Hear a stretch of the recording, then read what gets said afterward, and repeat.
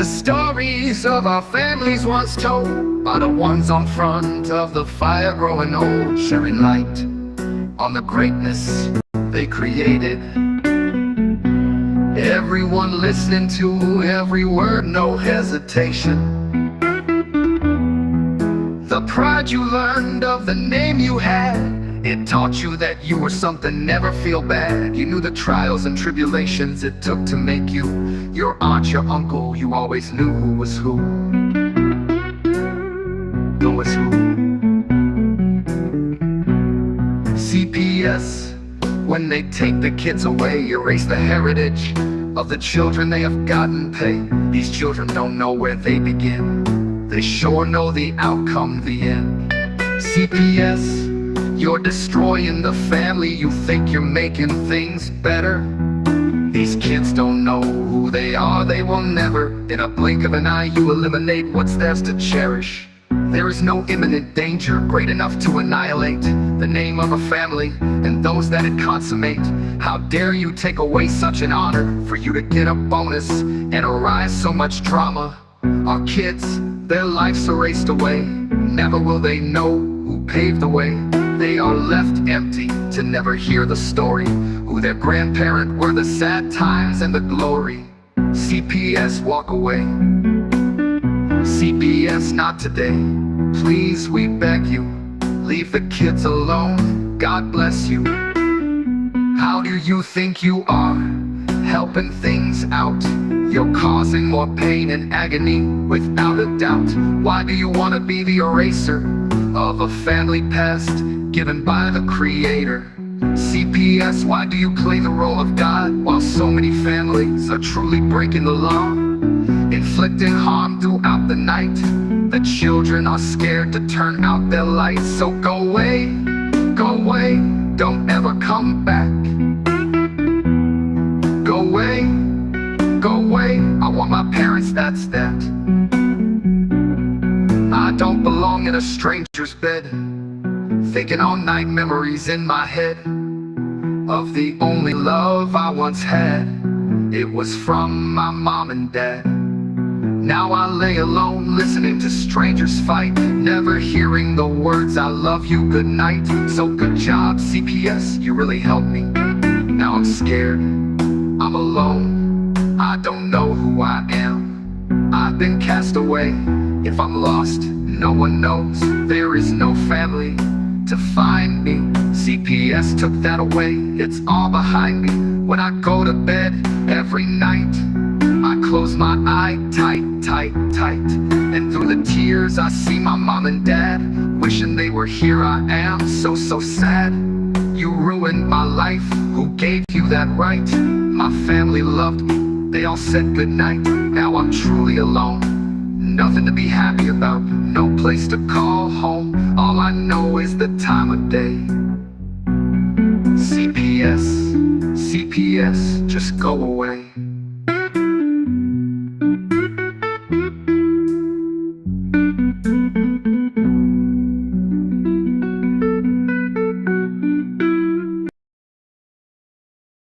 Family here is no longer a sad journey that was done on purpose. Believe the words I say, here is the truth. Let's just pray it never happens to you. You knock on the door, you freeze in peril. You look around and there's nothing available. Panic, you scream, you run in circles. You knock on the door over. You look outside and the cars on the road, the police on the yard waiting in limbo. Your life is changing so fast, looking out the window. In just a moment and things will turn bad. Prepare for the next part, it's real sad.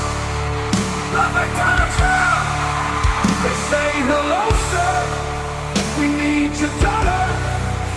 I tell them no, they say you wanna give her to us now.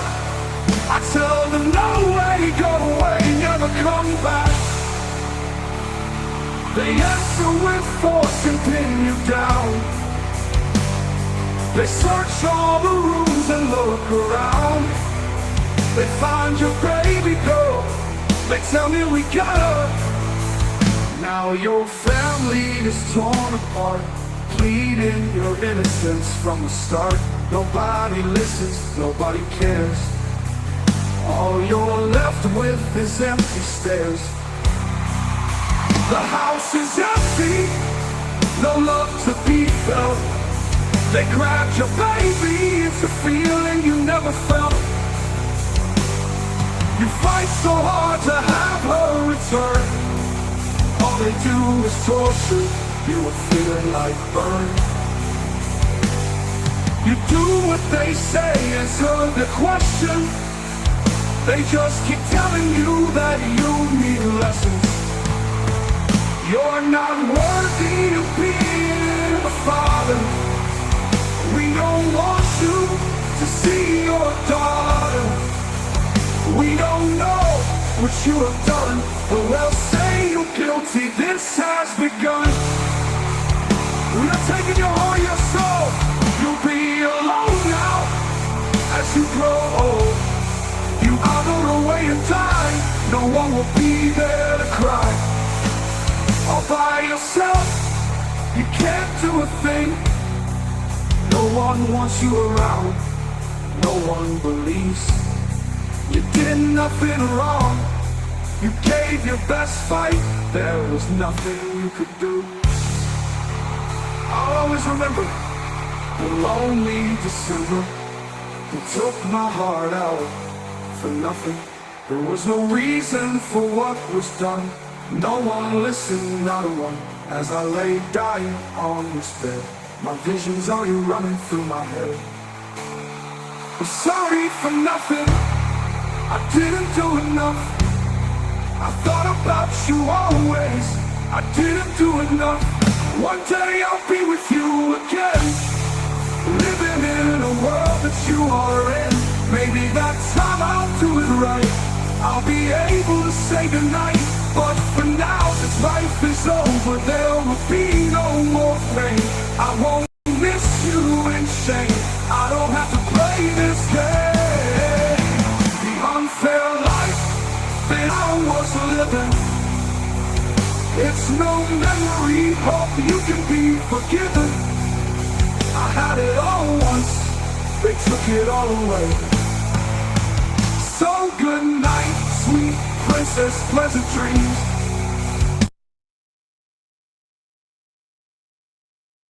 I am the CPS Punisher, and I stand before you today with a fierce urgency to address the dark realities surrounding Child Protective Services.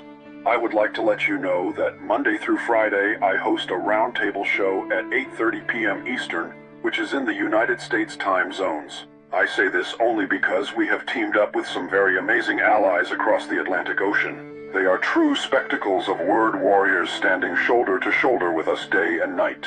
Speaking out against the injustices they are facing on their soil, they back us up on ours. We are now a worldwide fighters alliance ready to confront these challenges together. We do have the guts for boots on the ground, but right now we are amplifying our voices. We are putting the almighty pen to paper to create a bill that we must get in front of those seeking office in Congress this November. We need people to assist us in getting these documents to their respective persons for review. Sure, we are talking and raising awareness, but now we must take decisive action. Our kids are waiting far too long to be put back in the homes of their true biological God-given parents.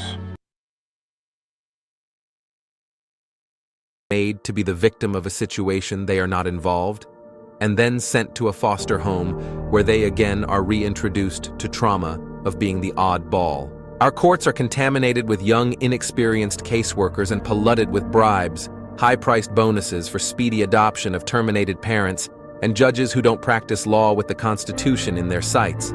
This is a problem. George Washington never thought of children as pawn in the game of freedom and American values, and never had he wanted to sell them. They were from his maker, his creator. Our children are being run down for no other reason than the profits being made in some way. Somehow these government agencies make money hand over fist day in and day out. They have you go to classes that they are billing for, and there is no viable reason for you to attend. Yet when you hear an update, CPS tells you that you're further away from when you started.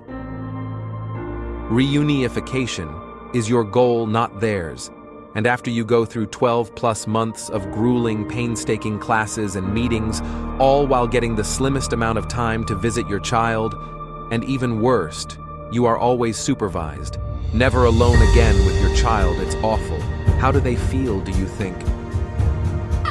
Where's the outrage?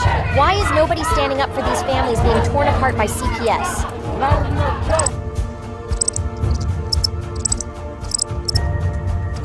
Please don't tell me you're going to put all your bets on this superhero. You grown-ups are supposed to be coming to his rescue. Stop ignoring this problem. There is nothing more I can say to any of you. Please fight CPS and help those who have lost so much they can help themselves.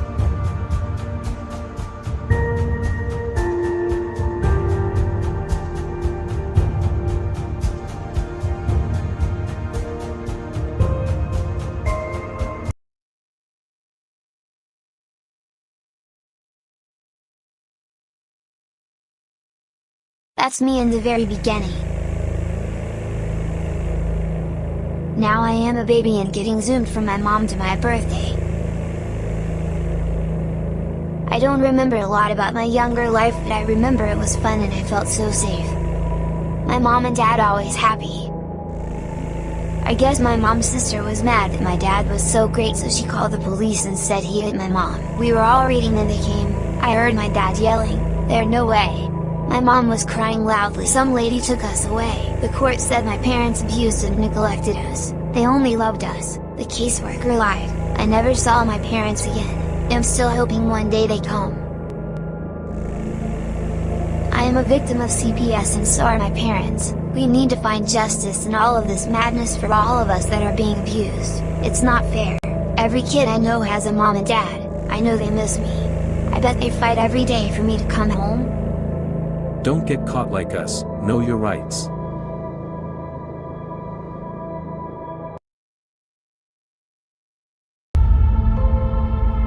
Psalm 127:3. Children are a heritage from the Lord, offspring a reward from Him. This suggests children are a precious gift from God to be valued and cared for.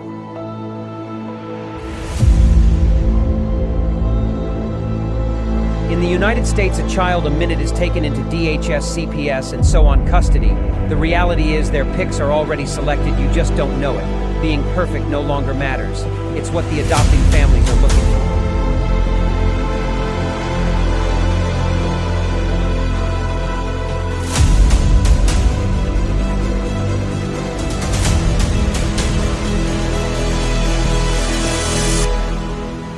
Who is it stealing the children, you ask? From caseworker to the White House, the buck stops at all levels, just not where it is supposed to be. The services your family needs, we the people have paid for to ensure your reunification. Title 4 says, reunify at all costs. United, we stand means nothing to us when it comes to family values.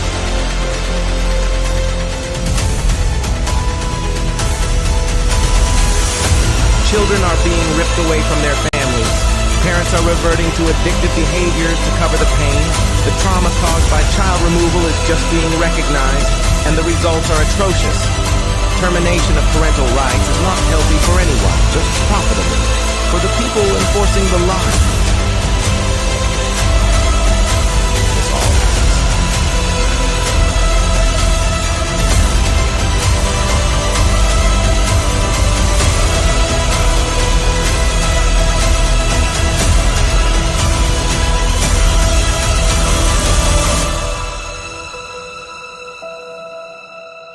It's time Washington listens to the cries of our children, the wails of their mothers, and the rage growing in the fathers. These are our children. Keep your damn hands off them. We are coming to act on the behalf of the children God gave us to protect, and you kidnapped.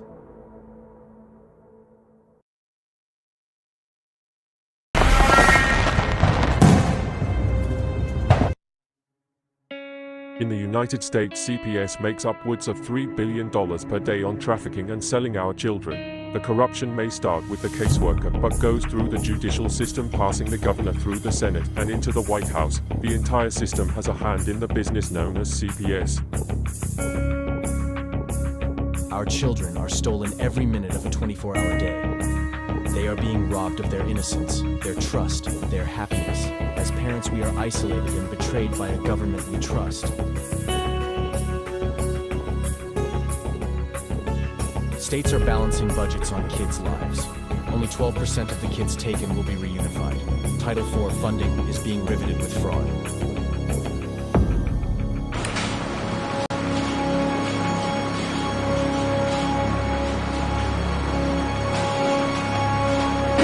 We need to stop CPS and abolish CPS.com is leading the way. Join us.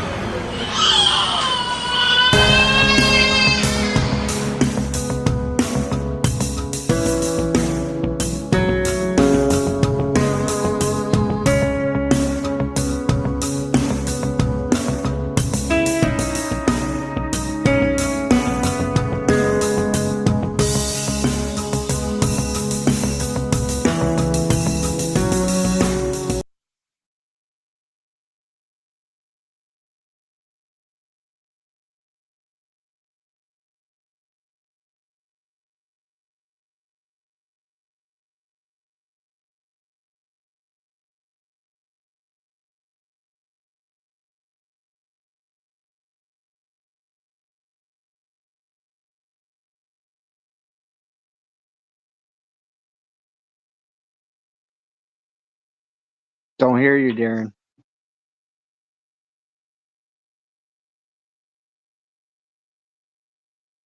Holy smokes, my wife touched everything off. Wow, that's awesome. Thank you, honey. So let me redo this whole thing that I just did. Thank you very much, Mary. So CPS Victims Hunting Justice, this is your Friday night edition. This means coming into the weekend, making sure that you guys have everything that you need to know what you've got to do if CPS comes knocking. Remember that don't answer it. Contact your attorney.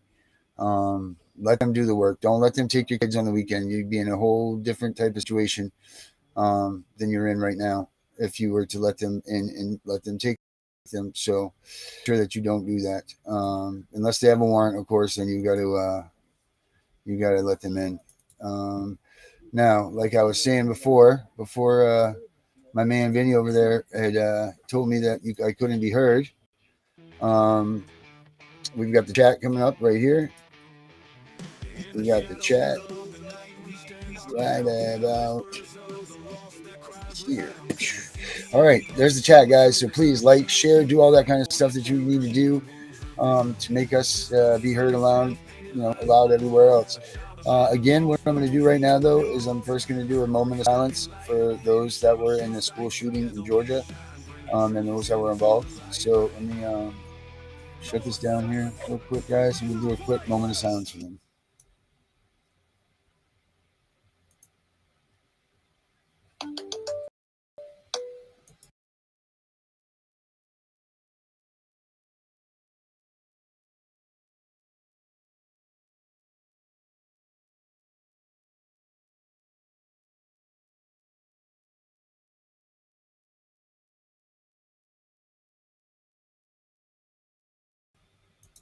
Okay.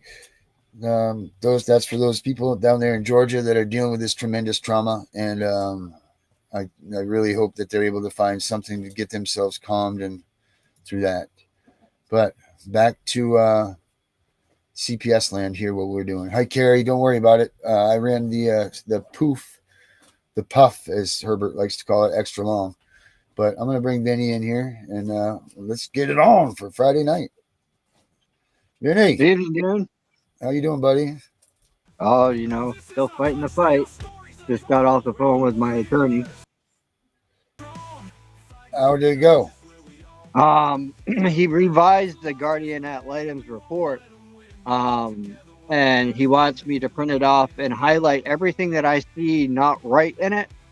Yeah. And we're going to have another call tomorrow at 8 o'clock, and we're going to discuss it, and he's going to revise it even more, and then he's going to submit that re-report to the court, showing that the guardian ad litem is lying on a report. Very nice. Very nice. That's good stuff.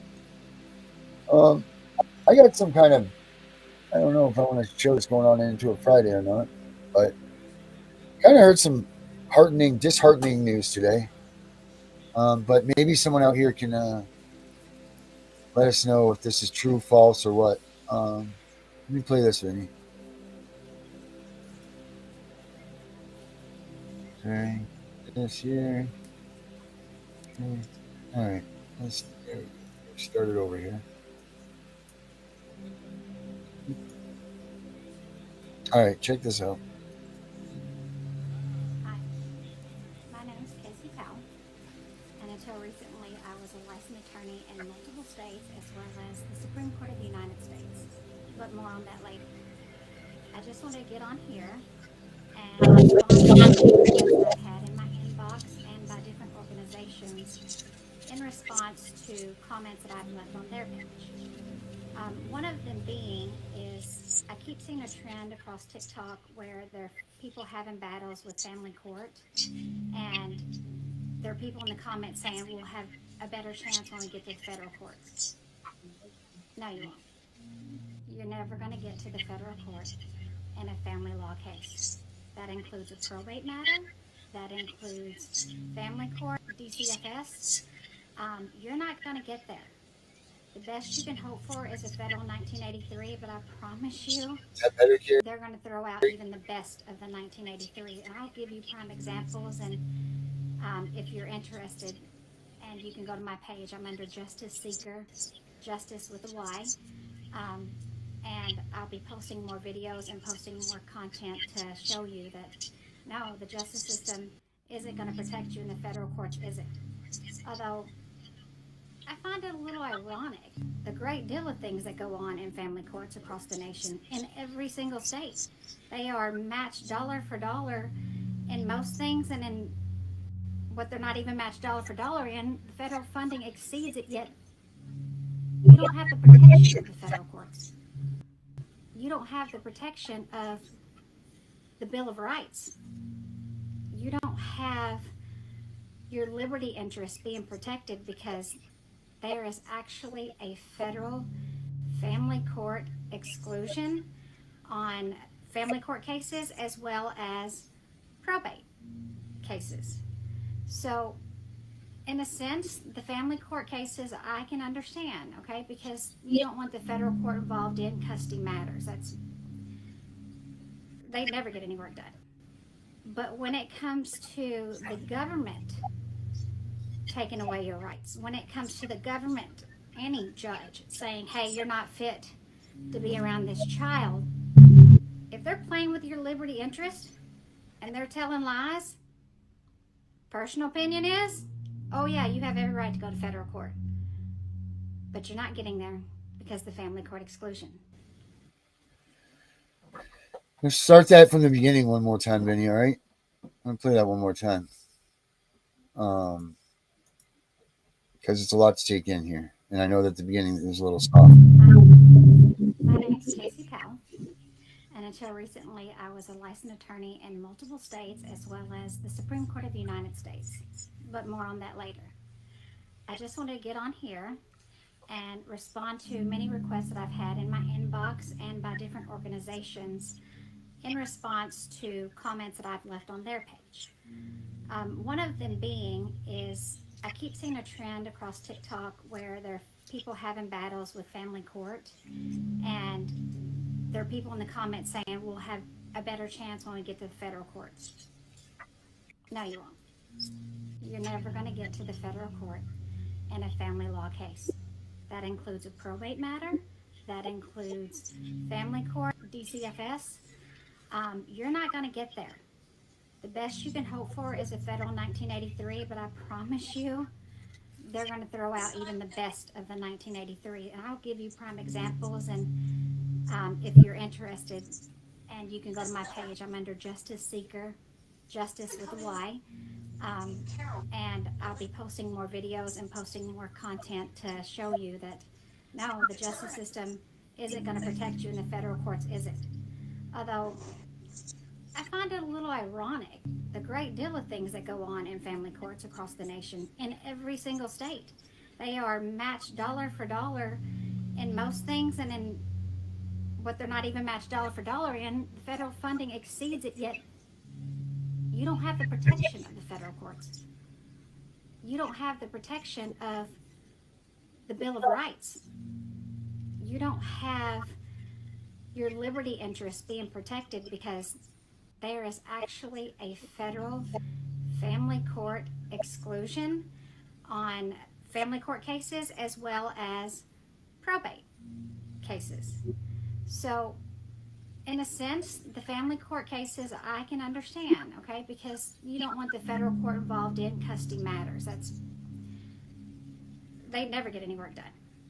But when it comes to the government taking away your rights, when it comes to the government, any judge saying, hey, you're not fit to be around this child, if they're playing with your liberty interest and they're telling lies, personal opinion is, oh yeah, you have every right to go to federal court.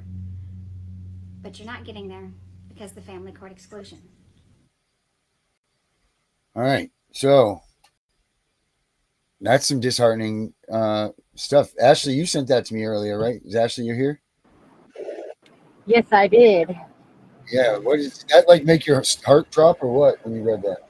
Oh God, it made my stomach just drop. Right. Just Yeah, everything but that we've been lurking and working so hard for. she only said that the 1983 won't work. She didn't say. It says the domestic relations exception to federal jurisdiction prevents federal courts from hearing family law cases that are traditional by state courts.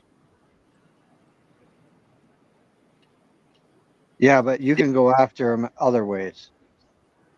Right, but that means that you're not going to have that judge overrule them, right? That's pretty much what she's talking about. You're not. Everybody feels like when they get to the federal courts, that's when they're going to rule by the Constitution. This is when you get your fair shake. What she's saying is they don't even accept any of the cases. And I'd be curious now that she says that, how many people do you really hear that are in the federal courts? Like that girl Ashley that used to be on here, she tried, they denied her. I haven't heard of a successful 1983 file except for Sean McMillan, the lawyer. But they have a whole bunch of other things they file for as well. But I've never heard of a parent going pro se and doing 1983 and actually going through with it and actually getting into court. Me either. But I do know that the due process of law 241, 242 does apply. That's because state, not federal. Right, because every state has a due process clause in their statutes. Yeah, so you would go to Supreme Court, not federal court. Right, you would have to go straight to the Supreme Court for it. But you have to go to the Supreme Court first anyway. Right, but you can use that as your class action, and you can file in Maine. At least you can file it. It's $500 to file a class action lawsuit. Yeah, you want to be careful when you're filing. You don't want to shut everybody down that has a chance of going up against. Because a class action, there's so many stipulations. You can't just file a class action. You got to put people involved with you that have the same situation as you. But what happens? Same exact, almost. What scares me about that is I think that once the group does that everybody else that never filed a class action for that possibly is null and voided. If I believe correct, like if you actually take believe so. If you take that issue to the courts, I think that if anyone runs that through the courts that way, you're screwed. So everybody went in. That's what's so dangerous about class actions is if everybody gets a deal or say they win the class action and they want to go after them for something else or for more damages, they can't for any reason. That's what really sucks. Yeah, I mean, you can go after them on an injury level. Personally, go for it. But when you start doing a class action, that means you have a group that's going in and they're going over the same thing, null and voids. I think our question is, and I don't know 100%, and we're not lawyers, so don't take this as, but I think that it null and voids that issue. It's like that issue is no longer for anybody else. So anybody else in the world didn't get enough action, then they didn't get in on that, then they're screwed because they'll never be. See if like that's how I think it too. Yeah, but I really think there's enough of us in Maine that are dealing with pretty much the same kind of shit, Darren. Because I look in a lot of these Maine pages. So they walk. So think about this. They lose $100 million one time when they can lose $100 million 100 million times. They don't give a shit. They'll pay that. They have insurance. That'll be paid. But if everybody comes at them and we get the case law for that, and then everybody follows suit with the case law in the suing, then we've got some things that are going to make some damage. We do a class action suit one time, sue them for $100 million. The frig do they care? They have insurance. It's not going to cripple them. But you get 100 parents together doing a single suit with good case law in front of it, then we're talking some damage, buddy. That's what I'm saying. Is you get a whole bunch of us together, and then but do separately. Don't file class. Say class, right? No, not class action, separately but together. Yeah. Just keep on the same thing, right? Because class action will not avoid the that incident any longer. They'll take that piece. Like, say if you said caseworkers lie, okay, the judge is based in this class action suit, which is all the people. That's why you have to give proper notification of that. And then all the people get together, they put them in there, they shake it. And then let's say 1,000 people did it and they issue you $100 million. Well, first of all, your lawyers are taking 50% of that, right? Oh, Durham's here. What's up, Durham? Durham's in the house. So we do that. Oh, yeah. Speaking of that, on Sunday, guys, I'm on with the Wicked Warriors with Tiffany. So I'll be on that show. I think it's 2:00 Eastern. So they're interviewing me on that on on Sunday. Sorry. So I will be on the Wicked Warriors show Sunday coming up. The 8th. Did you hear? Did you get the other message about the void abanitos that I sent you? I've did. been seeing that a lot more. Yeah, because you're on my frequency right now. You and I are on the same frequency, so you'll see all that stuff. Like wavelength. The ones that I sent you. I understand. What I'm saying is the reason that you're seeing more of it is because me and you are on the same brain frequency. So what you didn't see before, seeing now a lot of. We're on the same. You know what I mean? Like I've been saying that always, and people are like, I don't even know what that is. But now me and you are talking about it, and because we're talking about it, you're on the same frequency as me. You'll see it everywhere. Yeah, I'm learning a lot about that brain frequency stuff. So Darren, I kind of had a thing that I wanted to see if we could do between the two of us, where I'm able to get out a printer and you're able to get out a printer. We should make some flyers up and just start sticking them around with basic knowledge. Yeah, I'm down that. Absolutely, like an info thing. Yeah, that's a freaking great idea. Yeah. Call it basic knowledge, CPS. Basic knowledge about CPS, and then just post little quotes everywhere, little statutes, little everything. Do them all around the freaking courthouses, like around the area of the courthouses, around the area of the visitations.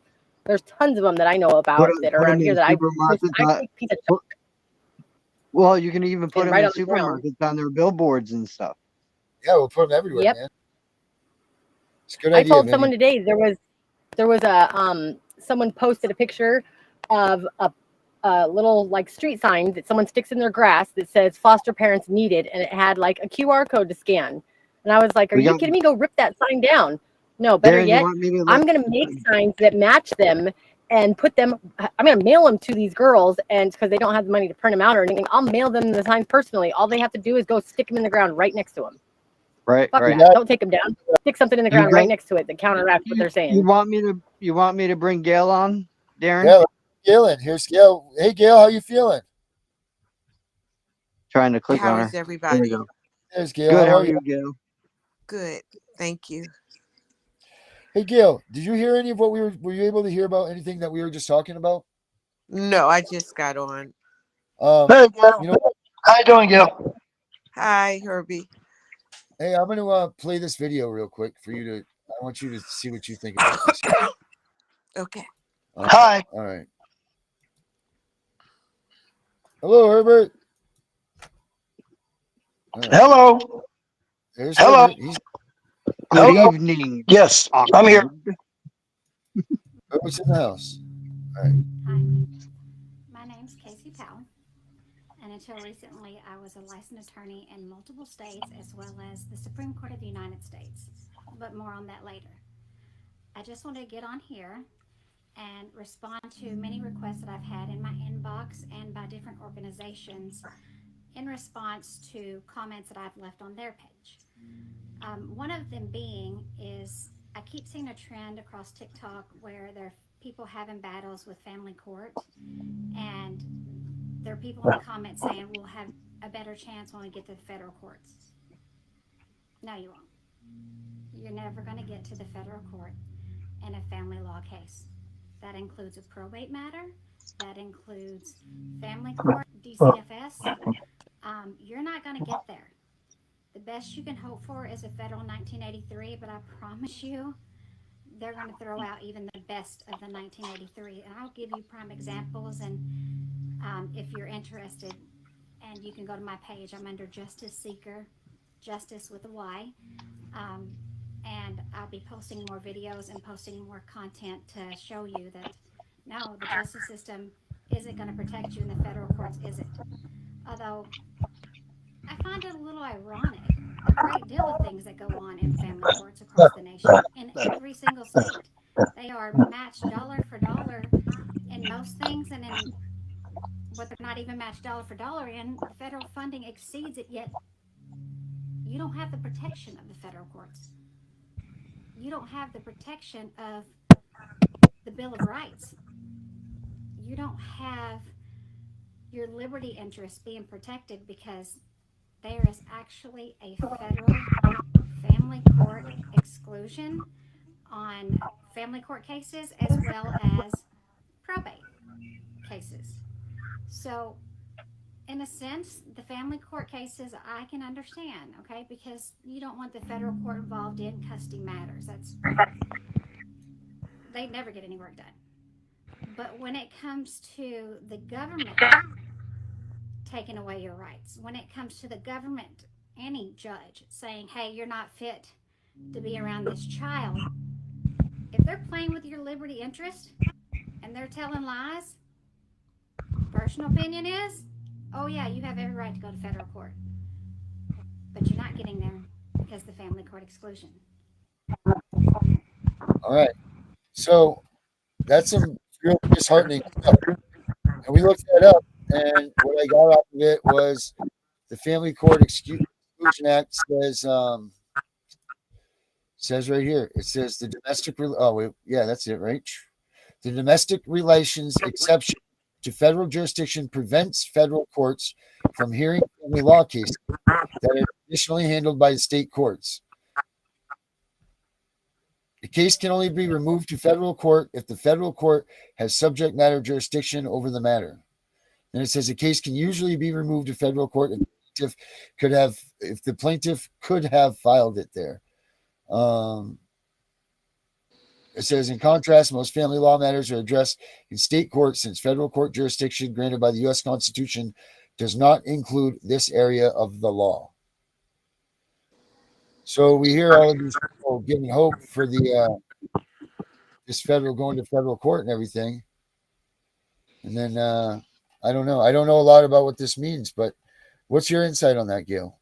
What you just heard? I would like to research it more myself and find out more about that because I was trying to gather what she's saying she was saying you should take it to federal court, but then it sounded like she was saying you can't. Right. Right. And this exclusion act will stop it. Right. Right. So I'd like to talk to. I have a couple of friends that are lawyers, so I'm going to ask them about this and see if they can give me some clarification. That would be really cool. Yeah. Because this is some seriously disheartening. This right here is like everybody's game book from if they lose in this district courts and the superior and all that, then they go to the next courts up or the Supreme Court to federal court. This is like everybody's playlist to get there. And to hear this is kind of like, whoa, not good. Mm-hmm. I mean, I've heard of people not winning in federal court, but I've never heard of people just not making it, Yeah. So what's going on with you, Gail? Have you learned anything new or talked anything, heard anything, got any new information at all? Or you just been yeah, I haven't had any new information. I'm getting back on track this upcoming week. because I had to deal with a couple of health issues. But I'll be back on track with finding out and also pursuing a CPS worker to get on so that we can have a discussion with them as well. Oh, that's so great. Thank you. Are you doing Sure. okay? You all right? Yeah. I'll be fine. I'm still getting there, but I'll be okay. So, Right. yeah. We've added on a couple of friends from the UK with us too. I think this just Mr. Durham's here tonight. Durham, how you doing, buddy? What do you think about that? What you just heard? To be honest with you, Darren, I was off. I wasn't in a room, so I do apologise for that. I'm quite burnt out at the minute. I've had like 2 hours sleep in the last few days. I'm actually burnt out. I need to like sit back for a bit and try and like recharge. So much shit going on. You can only do it for so long, and I mean I've been at it for months. Can you just give a little recap? I don't know. Sometimes you need that. Sometimes you just need to sit back. Seat and just chill. I mean, in the passenger seat.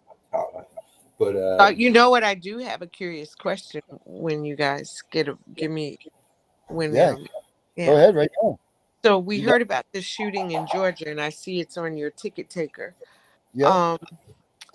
They arrested the father as well for purchasing. And I wanted to get everybody's take on that, how they felt about that. Because the kid is only 14. He's being charged as an adult. Right. But they also are arresting the father because he gave this child this particular gun as I think it was a Christmas gift or some sort of birthday gift, something like that.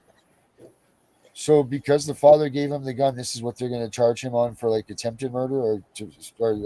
I'm not sure what the charges are for the father.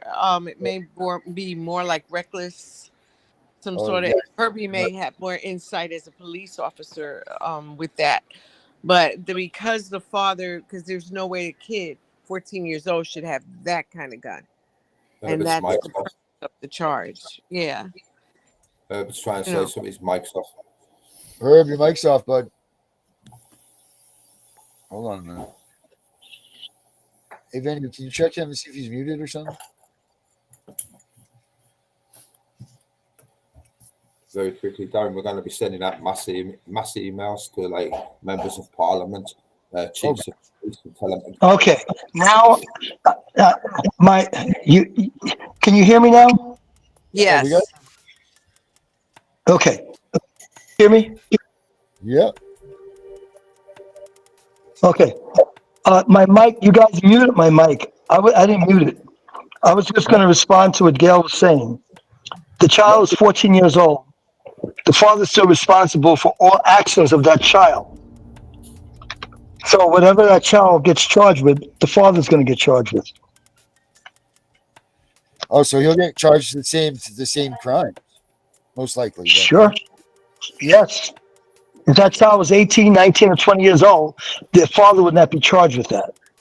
The other part of that charge, what a lot of people may find bizarre, but the father was aware of the kid's mindset of wanting to do harm to a school he was in before. So he had knowledge of that. And then he turned around and purchased an AR-15 for his son anyway. So they're really going after the father. Mm-hmm. Mm-hmm. So what do we think of that? Huh? What do we think of that? Ashley, your thoughts? Well, how about if I ask you this question? Do you think they should charge the father or not charge the father for the actor? Yeah, that's kind of what Gail was just asking us. I think he should be charged because that's irresponsible putting a gun like that in a 14-year-old's hand. Right. And especially if he's got a really bad mindset, if he's got mental health problems, and he's knowing he's got mental health problems, and he's put a weapon in his hands like that. He must have known something could happen. So yeah, he should be charged, most definitely.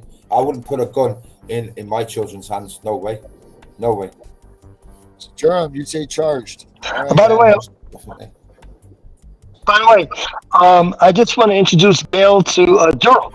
She's never heard him before, from the United Kingdom. It's nice Durham? to meet you. Nice to meet you, Durham. Hey, Durham? Yeah. And Durham stays up to 3 o'clock. It's 3 o'clock in the morning his time right now. So he stays up to be on the show. 3 o'clock in the morning his time. That's commitment. But anyway, back to the shooting thing. Yeah, it is.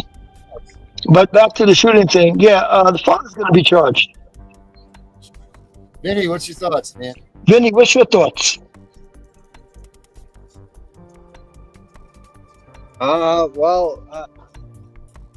You know, I've seen a lot of different things. Like, even in this, like, I'm reading the Guardian ad litem's report because I finally printed it out. And No, the thoughts on the shooting. The guy that did the shooting, should he be charged? Yeah. The father? I mean, if you're gonna shoot someone, the father gave him the gun. We were talking about should the father be responsible? Oh no. All right. Go with that. No, because he wasn't the one that provided him the gun. No, he did give him the gun for a He present. did. He gave it to him as a gift. Yeah, but he didn't know what he was gonna do with it. So how how do you judge that? Do you know what kind of gun this is? You No. what is the AK? What was it? Do you remember? It's an AR-15. Yeah. Why would you AR-15, yeah. Why would you give an AR-15 to a 14-year-old kid whose hormones are on overdrive to begin with? And mind you, they just went hunting probably 2 or 3 weeks prior to that, and his son shot his deer and put blood on his face and took a picture. So I don't know. I don't agree with anything like that. I think his father should have been charged 100%. Maybe not for murder, maybe attempted second-degree manslaughter or something, aggravated something, but not completely with kids being charged. A kid should be charged with this, I think. Personally, There we go. Furnishing a dangerous weapon to a minor. So you agree that she should be charged then? Yeah, for furnishing a dangerous weapon to a minor. All right, so Ashley says charged. Gail, you say charged, right? I agree. I think he should be charged. There's no way you should be buying a kid a gun like that. And then, like she was just saying a minute ago, you see signs that this kid is not safe with this, that he's getting off on killing to do what he did. So yeah, you don't give a kid like that a gun like that. No kid should have that, even if he's not a violent kid, but this kid is showing signs. Well, here's my take on all of this. We live in the United States of America, and here we have the right to bear arms. If you're going to be a parent, then you have to be responsible for raising your kid with the fact that you should be able to be lessoned in gun rules and regulations and trainings. You should be paying attention to that. We can't make up a decision for every person that holds a gun in their hand. Anybody can snap at any given moment. But as long as we get these rights to ourselves as Americans, we don't have to worry about them being taken away. No way, no sir, she doesn't deserve to be charged. That kid goes to jail solely on his own. That kid has to suffer. That's the way I sit with that. We let them take away. So are you saying the gun doesn't kill? Are you saying that the father should be or not be charged? Should not be charged. Nope. The gun doesn't kill people. You say the father should not be charged. Correct. That's what I said clearly. Father should not be charged. Okay. Now stay with me for a second, Darren. The kid is 14 years old. The parent is responsible for the actions of a child. Yep. And so in some states, 18? I don't know. They're different. So his father is responsible for the child's actions. So if the child breaks somebody's window with a baseball. Yeah, you're right. But in 1776, if the child broke somebody's window. Close your mouth. Let me talk. In 1776. I'm saying in 1776, this country was fighting the British, right? Coming into this country. Men, women, and children fought side by side with deadly weapons. All right? Someday, some people can come into this country. Our kids should have weapons. They should be responsible with them. You cannot dictate what somebody's going to do with a weapon in their hand. Me and you can all be out hunting, be great friends. Dick Cheney shot a guy right next to him, a trained avid hunter. You don't know. It's a risk that you take when you deal in the gun thing, but the only person responsible for pulling that trigger is the person that pulls the trigger. It's not the gun's fault. The gun didn't do anything, and this is just going to be a stage for this to be another, let's take away the guns. An AR-15 is not an automatic weapon. It's a semi-automatic weapon, which you can use. A kid gets a semi-automatic 22. It's a glorified semi-automatic 22, but they try to make this out to be some gruesome bad weapon when it's no different than the 22 caliber that's sitting up on it's now that the kids can have. This is not a malicious weapon whatsoever. It's not a 50 cal. It's not an AK-47 even. It's not anything like that. It's an AR-15. The ones that everybody thinks are so cool. Navy SEALs don't even use AR-15s. They use other things. So this is just what this is about. The person that pulls the trigger is solely responsible. 8, 10, or 12, because how are you going to ask someone at a younger age to use that weapon to defend themselves, but then you're going to dictate why they have that weapon? It doesn't seem right, right? I understand your point, but what if it was just a 22 caliber rifle and he did the same damage? The father is responsible. In 1700s, when the British was here, we didn't have laws like we have now. And the laws now say you are responsible for your children until they're 18 years old. You just, Herbert, the Constitution, remember 1776, the right to keep and bear arms? Yes, they had laws and rules. That's when they established. Yes. That's when they established that rule and why they did.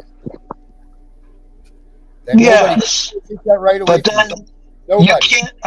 Okay. But I would go along with you saying if that child can go to a gun store and purchase that gun on his own, then guess what? You have no argument with me. That child at 14 cannot walk in a gun store and purchase a gun. If that child was able to, this is how the father gets off. If he was able to prove where he purchased a gun at 14 years old, then guess what? Father ain't responsible. The person who's going to jail now is the person that sold him the gun. So we got to amend the United States Constitution, the right to bear arms to 18-year-old people and older? Right now, you have to be, to have a rifle, I believe is 18, a handgun is 21. Okay, so this is what I'm saying, is now we're changing. Unless you're supervised. Now that kid, his father bought him a rifle. If his father and them are at the gun range and they're shooting, he's legal. He's fine. He's with his father. He's with an adult. He's being supervised. The child took the gun, took it to school, and caused harm. Yeah. Now, if that child was 20 years old, his father is free and clear. His father has nothing to do with it because he's not responsible for his child's actions. So he's responsible for everything he does until that child becomes legal age. So then that means that any rule that's in the Constitution should be age-based now. Maybe you can research that and find out when was it age-based. Because if you go back many years ago, I'm sure children were driving cars back in the 1920s and 1930s and didn't have a driver's license. The cars aren't in the Constitution. No, it's not. But I'm just trying to show you how things changed. Well, this is my point. This is a bigger argument than is it just the father is responsible. I mean, this argument here is rattling against the fabric that our country's built on. At what point are we going to go? And then it's going to be that we can no longer have to bear arms.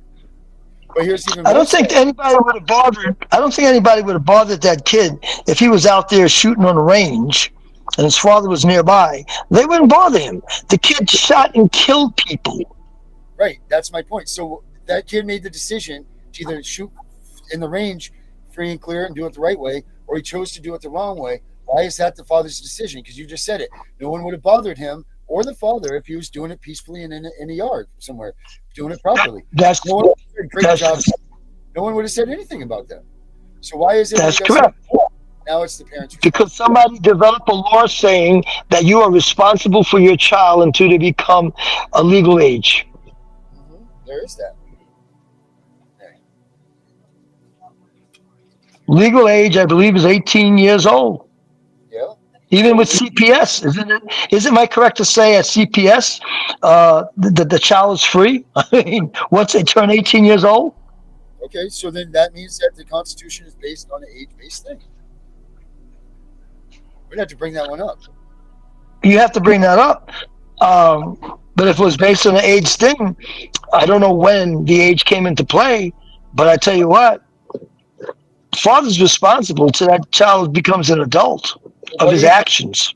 What age can someone go hunting at? They can hunt at any age as long as they're with an adult. You could take a 12-year-old girl and she has a shotgun, rifle, whatever, and they're hunting Bambi. That's legal because she's with an adult to supervise. I literally have taught children how to shoot guns on the range as an instructor myself. But who was there? Me, the adult, and their parents was there. And the parents signed a waiver. If his parents signed up and did all the right things that he was supposed to do, is it still his fault if the kid went and did it? Yes. No. It's his fault. The kid shot the kids. He shot and killed somebody.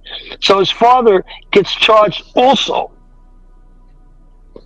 Dylan Klebold and the other guy, when they did Columbine, did they charge the parents for that?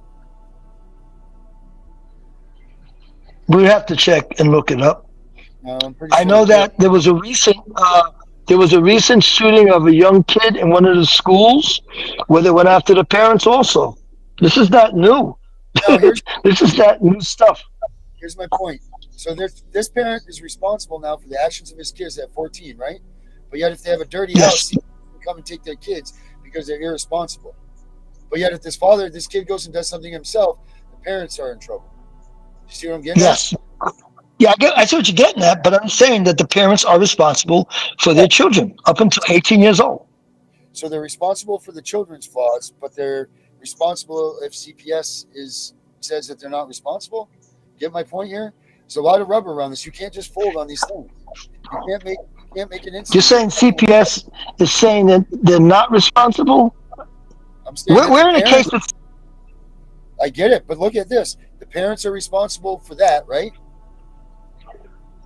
So if your parents are good enough to be responsible for a child, if they go and shoot someone, have to be.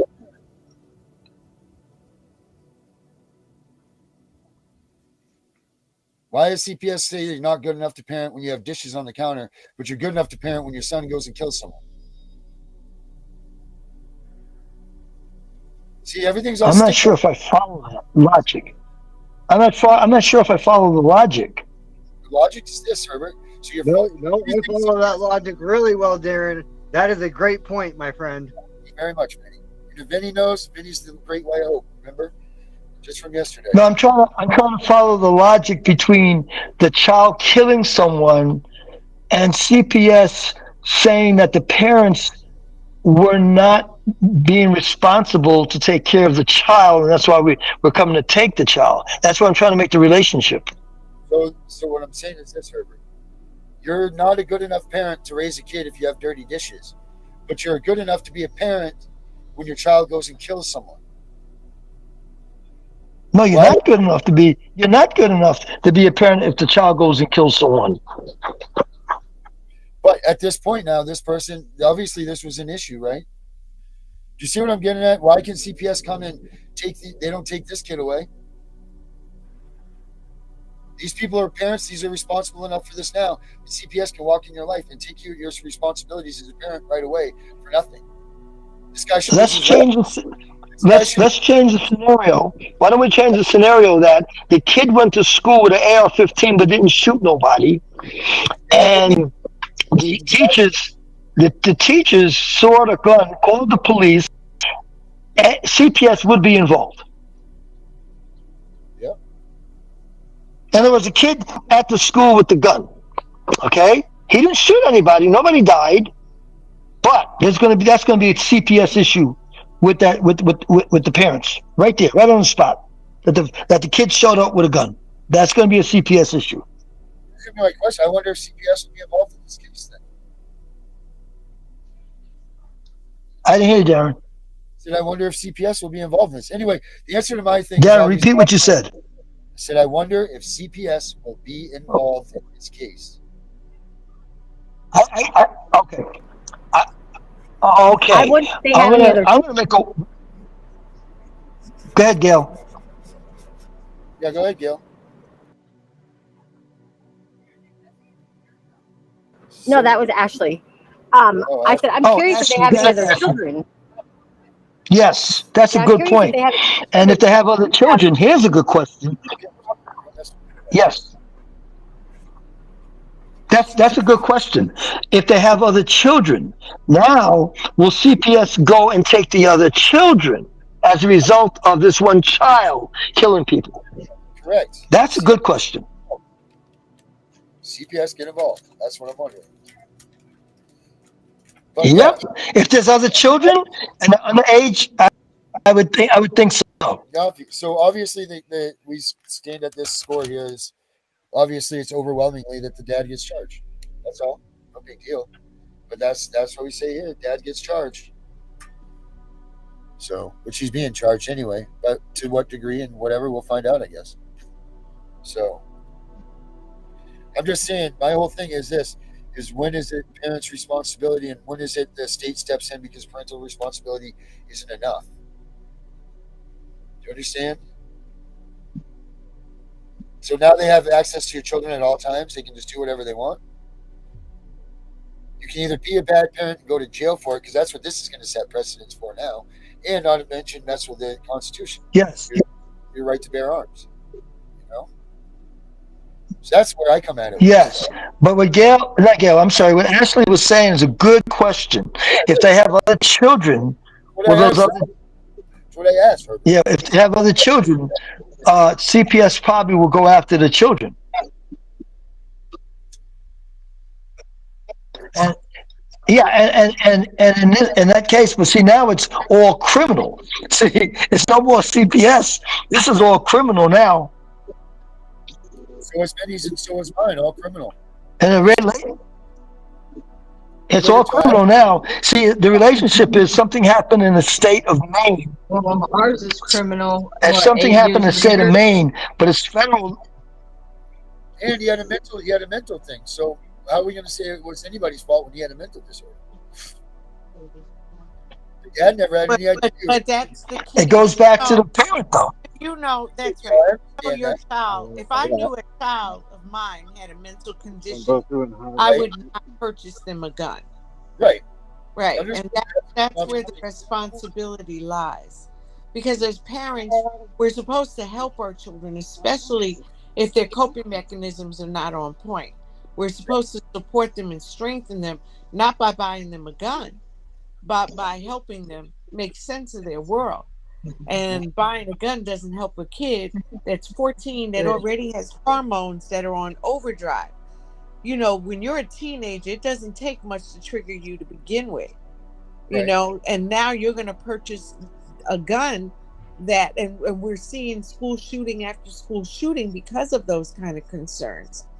So that's why, you know, the Constitution, the right to bear arms, I get what you're saying, but the right to give it to a kid who you know could potentially go out there and is showing you signs, no, that's irresponsible in my opinion.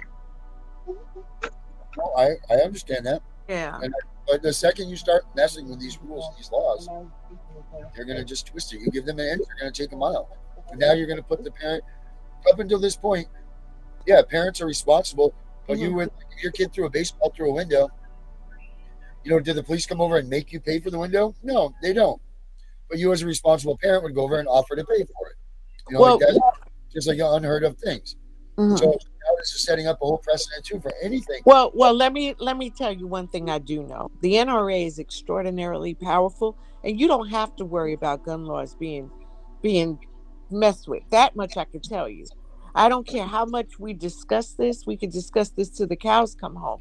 The police will go to where 6-year-old kids and 5-year-old kids were murdered. Numerous kids were murdered, and nothing changed. This isn't going to change anything either.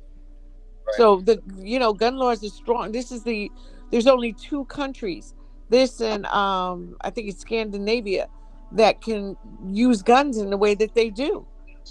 So, you know, and we see it's questionable, at least. Right. No, I get it. And with the mental disorder thing, right? There's the right thing to do and the wrong thing to do, and obviously giving a gun to a mentally challenged kid, you don't really want to do that. But to Well, you hold know, up, I don't know if anybody noticed what I was talking about on the chat. There is this guy in Louisiana. Okay, he was a felon. He wasn't supposed to have guns. He was going through McDonald's drive-through with the two kids in the back. I think there was even a kid up front. The kid was holding on to the gun. I think he was about 14. Accidentally shot his brother, and his brother ends up dead.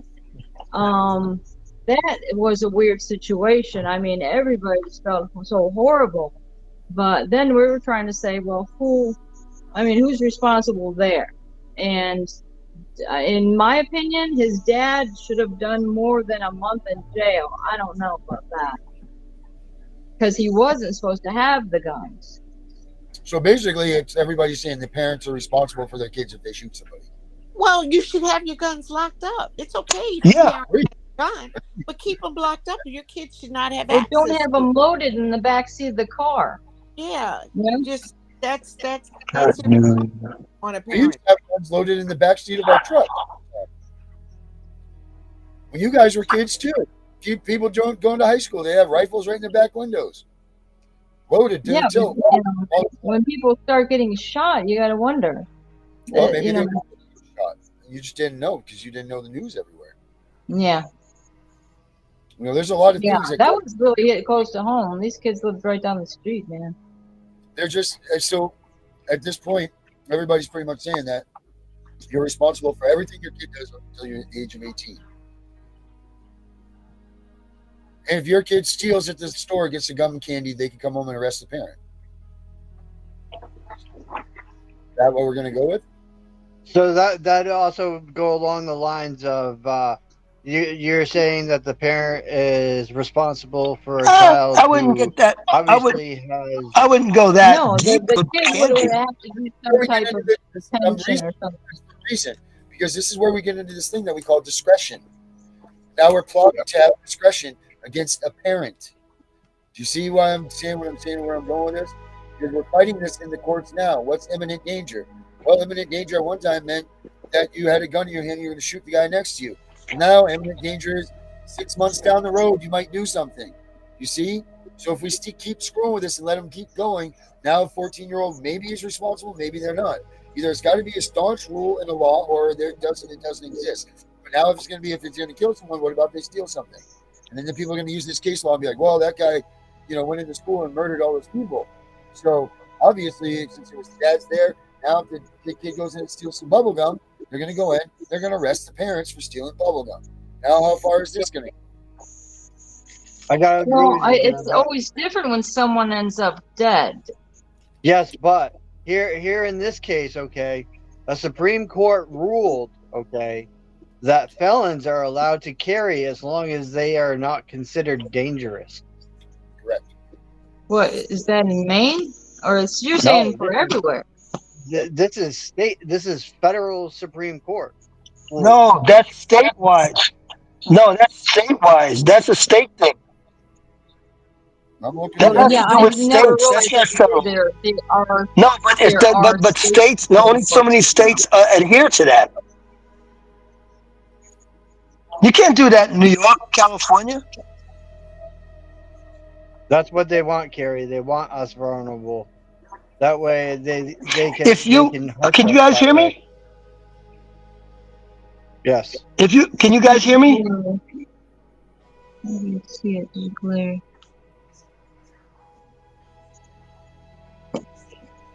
Yes, we can hear you, Herbert.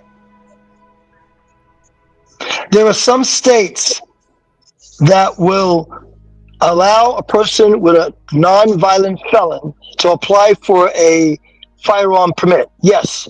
Other states, you have felon, they don't even want to talk to you about a permit.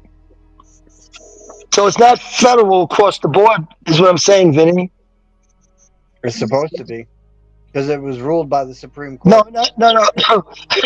I understand what you're saying. It's supposed You to see be. this It's picture of not my federal. little boy? This is a picture of Chris. Isn't this something funny? This is my kids used to dress up all the time. Like this dude is ready for. Are you saying you couldn't give him a gun? You weren't giving your kid a gun? These kids, they had a BB gun or whatever you call those little pellet guns. So this is what it says. The Supreme Court's 2008 decision in District of Columbia versus Heckler interpreted the Second Amendment as granting individuals the right to possess arms for lawful purposes, such as self-defense. However, the court also noted that the decision did not cast doubt on the long-standing prohibition on felonies owning guns. Then, in July 2nd, 2024, the Supreme Court declined to hear a series of challenges to federal laws that prohibit convicted felons and drug users from owning guns. Instead, the court sent the cases back to the lower courts to reevaluate the ban in light of the Rahimi ruling. So it got kicked back to the states. It refers back to the states. And what's interesting is in Georgia now. This is why I'm saying if things were all federal. Yeah. Yeah. What about Georgia? No, it's just that I mean I was living. What are you saying about Georgia? I was living in Georgia when the laws changed there. You used to have a license. You used to have to be registered, but you don't now. Kemp changed that, and they were trying to the news media was trying to make Kemp accountable for that when this happened, and Kemp's response was, this is not the time to discuss politics. We need to just send the prayers and to the families. But a lot of the parents that were affected by this were saying this isn't about prayers. This is about, we need responsible laws that stop children from getting access to this, because it's happening so much now that we're even becoming numb to it many times. We hear this and we don't go anymore. It's like, oh my gosh, another shooting. That shouldn't be the case. This should not be normalized. And yeah, like I heard on the news just today. I can't remember. The guy's kind of famous. He's like, this has been a common occurrence. This is no surprise, is what he was saying. Yeah, and that there's no way this should be normalized. There's just no way. So we have to act responsibly with anything. Nevertheless, something that could take another human being's life. So there's nothing good about people dying. Period. Not at all. And it sucks that people have to go do things like this, because nobody asked for that day. Overall, just whoever's fault it was, it just sucks for everybody that's involved. So. Yeah, I agree that people should have the right to bear arms. I agree with that.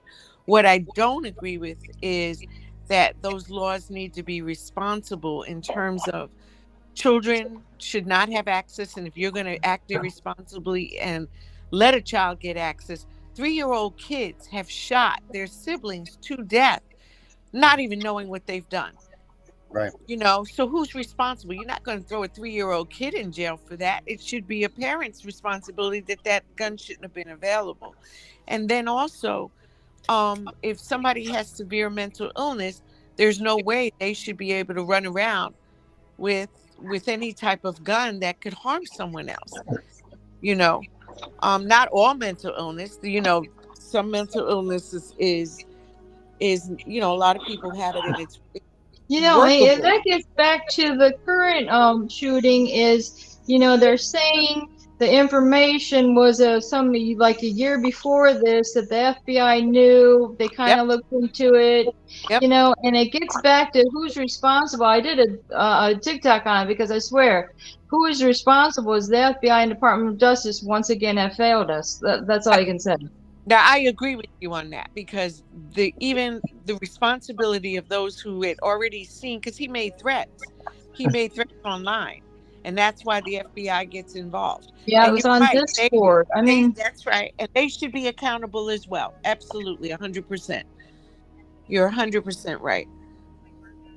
but Yeah. instead they're looking at other people that seem to have better ideas than them and actually maybe have criticized their work, and then they throw them in jail for whatever reason they might decide, whatever setup that they can come up with. Yeah, arrest somebody over a cartoon, political cartoon, and then keep them in lock for a whole month for God knows what reason. Mhm. You know, and cut off all communication with family. I mean, it's just disgusting. What they are wearing the uniforms of officers. I'm telling you, a lot of them. I'm not saying everybody. I know there's plenty of good people out there, but they are wearing the uniforms, but they're not doing the job that they are sworn to do. So since Columbine, there's been 417 school shootings Mhm. since 1999. Yeah. So that's 417 too many, obviously. Yeah. 383,000 students have experienced gun violence in school since Columbine. That's a big number. That's huge. Yep. I agree with that. And for any of you who have younger children, and I have a younger grandson, there's no way I have to worry when he's going to school that something like this may happen. I agree with that. Yeah. But here we go. Now the schools are bringing our kids to violence because of this stuff. But you're not going to see CPS go after the school, right? When are these people going to? Well, they have arrested teachers. I don't know if it's a CPS thing. I don't know. CPS is I think focused on family, but I do know police officers have walked tearing them apart and arrested them. So, it takes a village to raise a kid.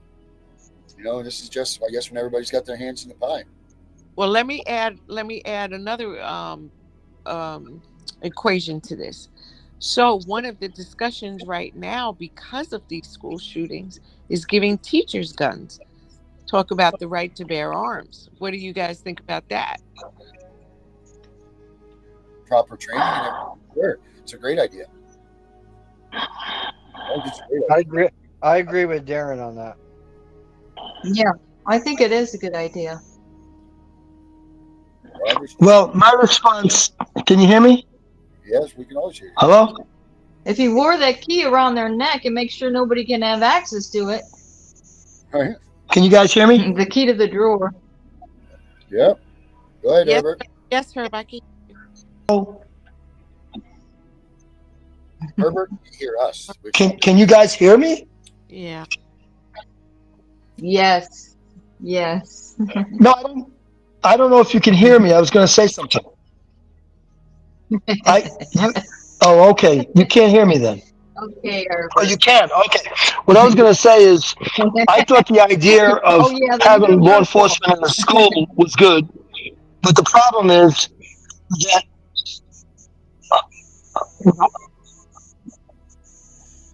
No. Huh? Now we can't hear you. No. You're breaking up. We can't hear you.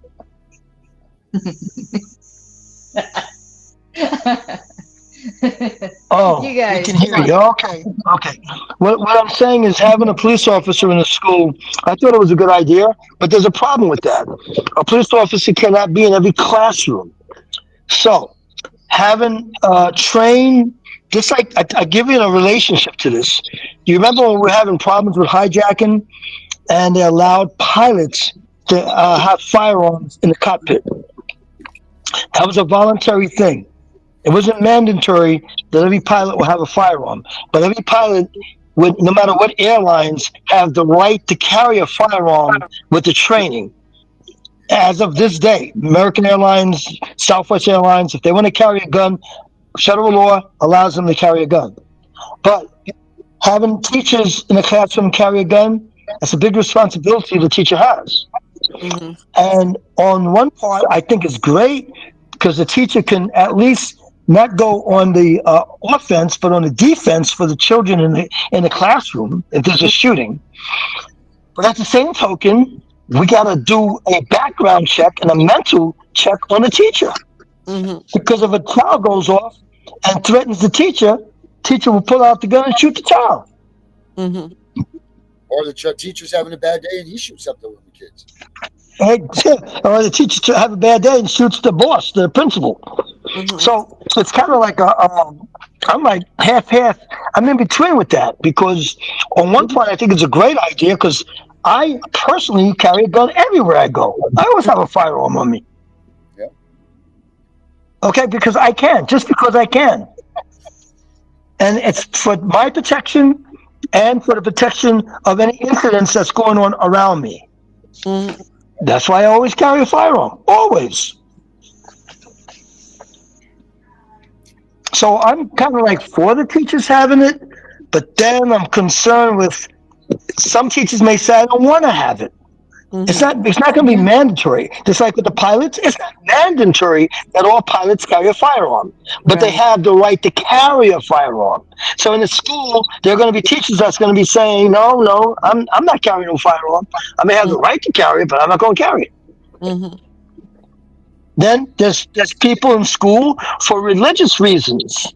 They can't carry a firearm because of religious reasons. Yep.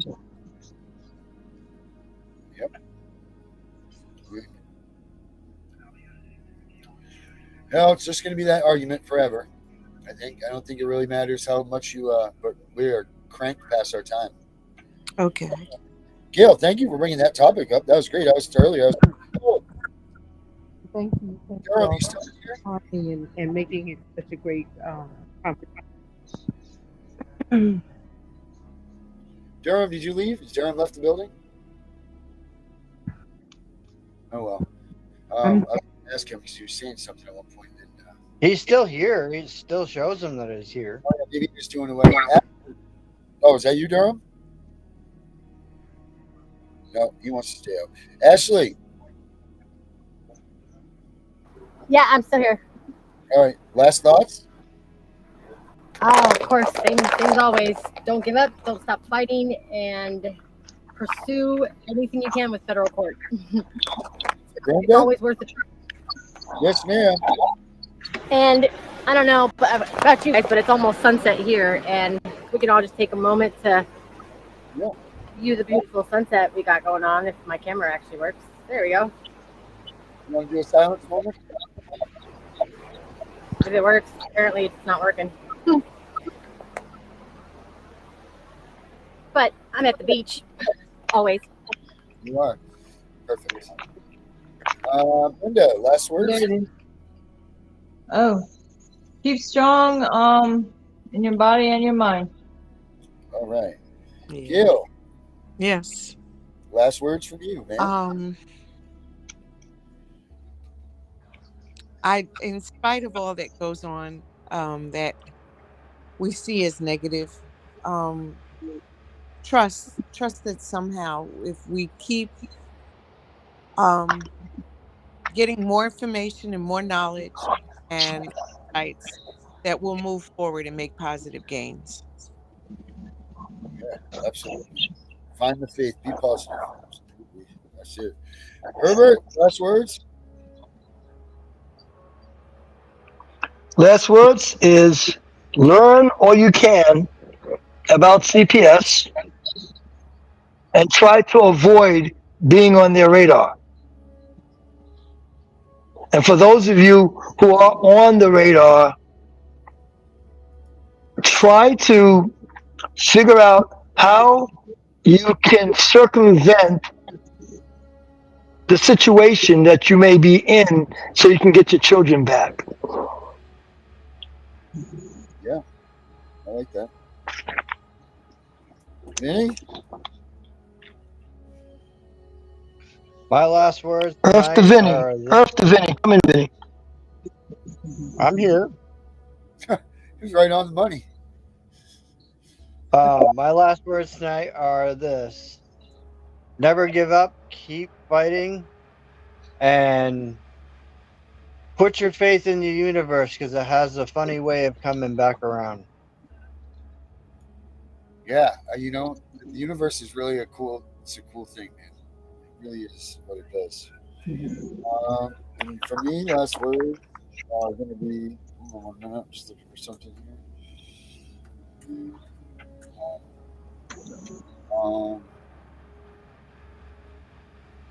I don't know. I was going to show something, but I didn't. My last words are going to be, let's do one more moment of silence for those people in Georgia, and then we'll end this show. Let's do one last moment of silence, please.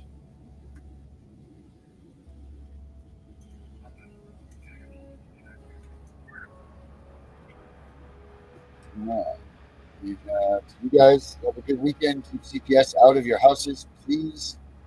If they come to your door, remember all the stuff that we tell you to do. Don't forget that I'm with the Wicked Warriors this weekend. That's Sunday at 2:00. And we got the Vinny show at 9:00 tomorrow night. 9:00 tomorrow night with Vinny. So we got that. So we got a weekend full of stuff for you guys to watch. So we won't be gone that long. So that being said, I'm CPS Punisher. I'm out of here. Our courts are contaminated with young, inexperienced caseworkers and polluted with bribes, high-priced bonuses for speedy adoption of terminated parents, and judges who don't practice law with the Constitution in their sights. This is a problem.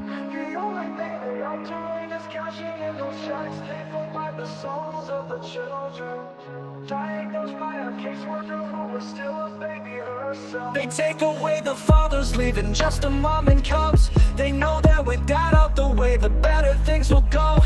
Breaking apart the family, destroying the American way. Our legacy is built upon our families of yesterday. Fuck CPS, fuck what they doing. Fuck CPS, they need to be ruined. It's all about the division of family services. You hear that the division, that's what they about. They prey upon the family, the ones that the dad's been kicked out. We can't stand for this abomination. This is the song that needs to play across our once great nation, making us aware of the problem, stealing our kids. It's not mama drama. Stand up for those who are lost to them. We need to fight for the family, making America great again.